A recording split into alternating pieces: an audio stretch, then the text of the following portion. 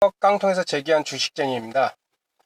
오늘은 요즘같이 지수 하락장에서 수익 내는 방법에 대해서 말씀드리도록 하겠습니다. 요즘 같은 장에서는 수익을 내려고 특정 종목을 매수했다가는 바로 물려버려 갖고 여러분들 계좌가 쪼그라드는 그런 시기인 것 같습니다. 그래서 종목을 매수하지 않고 지수를 통한 ETF를 통해서 어떻게 하면 수익을 내는지에 대해서 말씀드리도록 하겠습니다. 아마 많은 분들도 알고 계실 텐데요. 인덱스 펀드 중 인버스 ETF 매수를 통해서 지수 하락 시 수익을 내는 방법입니다. 먼저 ETF라는 것은 특정 지수 코스피 200과 코스닥 150의 성과를 추적하는 인덱스 펀드를 거래소에 상장시켜서 우리 주식처럼 거래소 개장 시간 중에 뭐 스마트폰이라든지 뭐 집에서는 홈 트레이닝 시스템 그리고 전화 그리고 직접 주문을 통해서 증권처럼 매매를 가능하게 만든 펀드다. 이렇게 이해하시면 될 것 같습니다.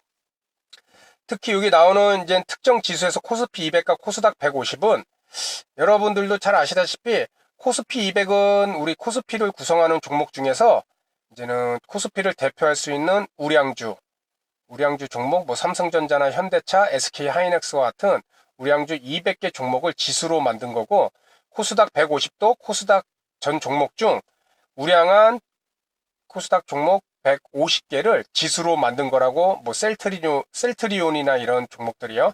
이런 것을 코스닥 150개 종목으로 지수를 만든 것이다.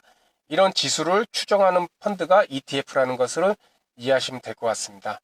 그럼 이런 ETF는 뭐 2번 보시면은 코덱스 200부터 코덱스 코스닥 150 선물 인버스까지 이렇게 여러 가지 종류가 있는데, 여기서 나오는 가장 중요한 노란색 글자를 보시면은 인버스라고 있죠. 인버스라는 것은 뭐 여러분들도 아시다시피 뭐 거꾸로 뭐 반대로 이런 의미입니다. 그렇기 때문에 지수가 오르면은 손해를 보고 요즘같이 지수가 내리면은 수익을 보는 그런 종목이라고 보시면 될 것 같습니다. 이런 코덱스 뭐 200, 뭐 코덱스 인버스 단어가 좀 어려운 것 같지만은 이런 게 뭐 삼성전자다 아니면 뭐 현대차다 이런 식으로 하나의 기업 명칭이라고 종목이라고 이해하시면은 편하실 겁니다. 이런 ETF는 먼저 주식을 매도할 때는 거래세가 부과되는데 이 거래세가 면제돼서 거래 비용이 낮습니다. 거래 비용도 나중에 제가 한번 방송으로 말씀드릴 텐데요.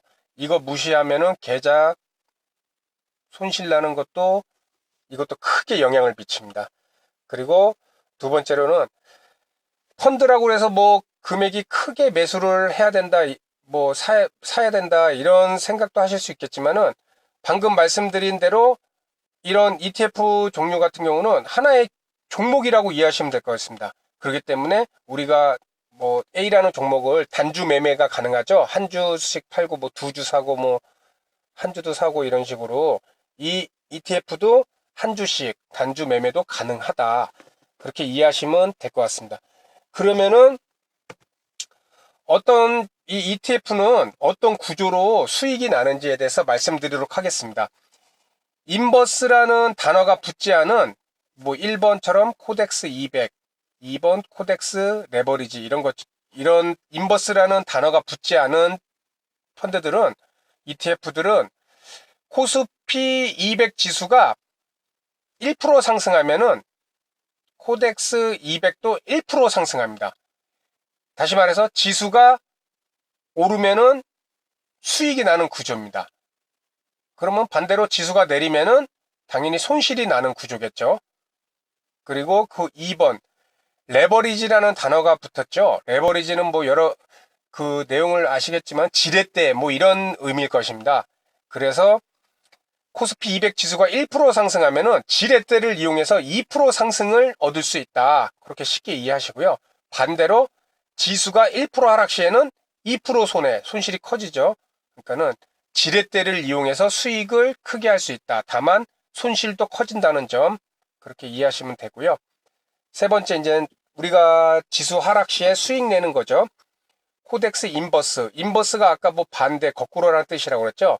이거는 내용처럼 코스피 200이 일별 마이너스 1% 하락할 시 코덱스 인버스는 1% 상승 수익을 낼 수가 있다. 이렇게 이해하시면 될 것 같습니다. 우리 그저께죠.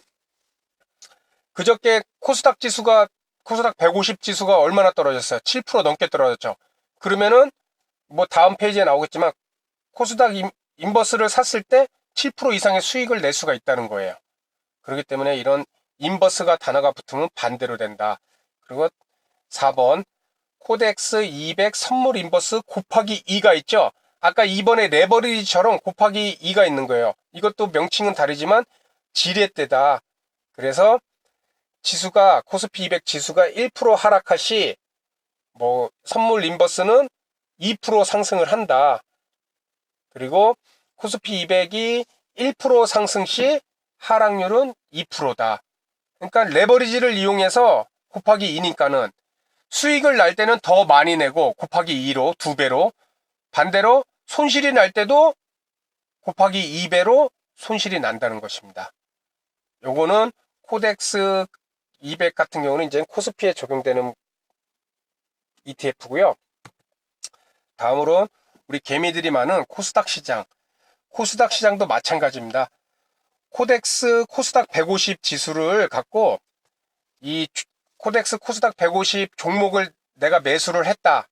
그러면은 이 코스닥 150 지수가 1% 상승하면은 수익이 1%고, 그리고 코스닥 150 지수가 1% 하락할 시 마이너스 1% 손실로 이어진다. 그리고 두 번째, 코스닥 150 레버리지가 있죠. 아까 말씀드린 레버리지는 지렛대라고 그랬죠. 곱하기 2라고 생각하시면 됩니다. 코스닥 150 지수가 일별 1% 상승하면은 2% 수익을 얻을 수가 있습니다. 레버리지니까. 반대로 150 지수가 일별 1% 하락할 시 손실도 2%다. 그렇게 2배로 이루어진다고 이해하시면 될 것 같습니다. 세 번째가 이제 지수 하락장이죠. 지수 하락장에서 수익을 낼 수 있는 코덱스 코스닥 150 선물 인버스, 또 인버스라는 단어가 붙었죠. 반대. 코스닥 150 지수가 1% 하락하면 내가 이 인버스를 샀을 때 1% 상승의 수익을 얻을 수 있다. 반대로 이렇게 이해하시면 되고요. 다만 150 지수가 1% 상승하면은 나는 1% 하락 손실을 볼 수가 있다. 이럴듯 여러분들이 이렇게 지수 하락장에서 이 ETF인 인버스 종목을 매수함으로써 이 추종하는 지수 코스피 200이나 코스닥 150 종목을 샀을 때 그 지수가 떨어지더라도 여러분들은 충분히 수익을 낼 수가 있다. 그렇게 이해하시면 될 것 같습니다.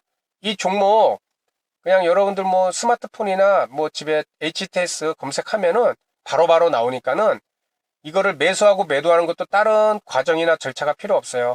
그냥 우리 종목 매수하는 거와 매도하는 것처럼 동일하게 이루어진다. 그렇게 이해하시면 될 것 같습니다. 다음으로는 별로 그렇게 추천드리고 싶지는 않은데 혹시 이런 내용도 이런 매매하는 방법도 있다. 그것을 간략하게 말씀드리겠습니다. 대주 매도를 통한 하락장에서 수익 내는 방법.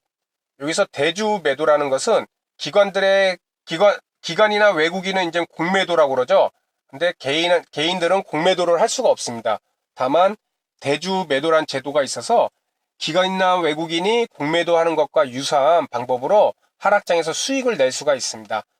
먼저 대주 매도란 개별 종목 주식 가격이 떨어질 것을 예상할 때 증권사의 주식을 빌려서 주식을 미리 팔고 하락할 시 그 판 주식을 수량만큼 매입해 갖고 차익을 얻는 신용 거래의 일종이다.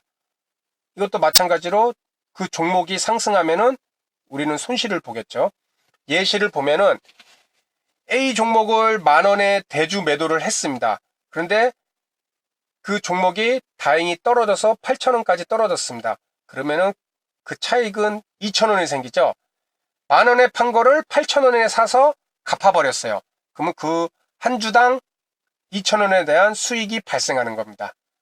이렇듯 이런 대주 매도를 통해서 여러분들이 하락장에서 불안한 종목들이 있다. 뭐 외국이나 기관이 매도를 계속하고 지수도 안 좋다 그러면 그 종목에 대해서 대주 매도를 할 수가 있는 것입니다.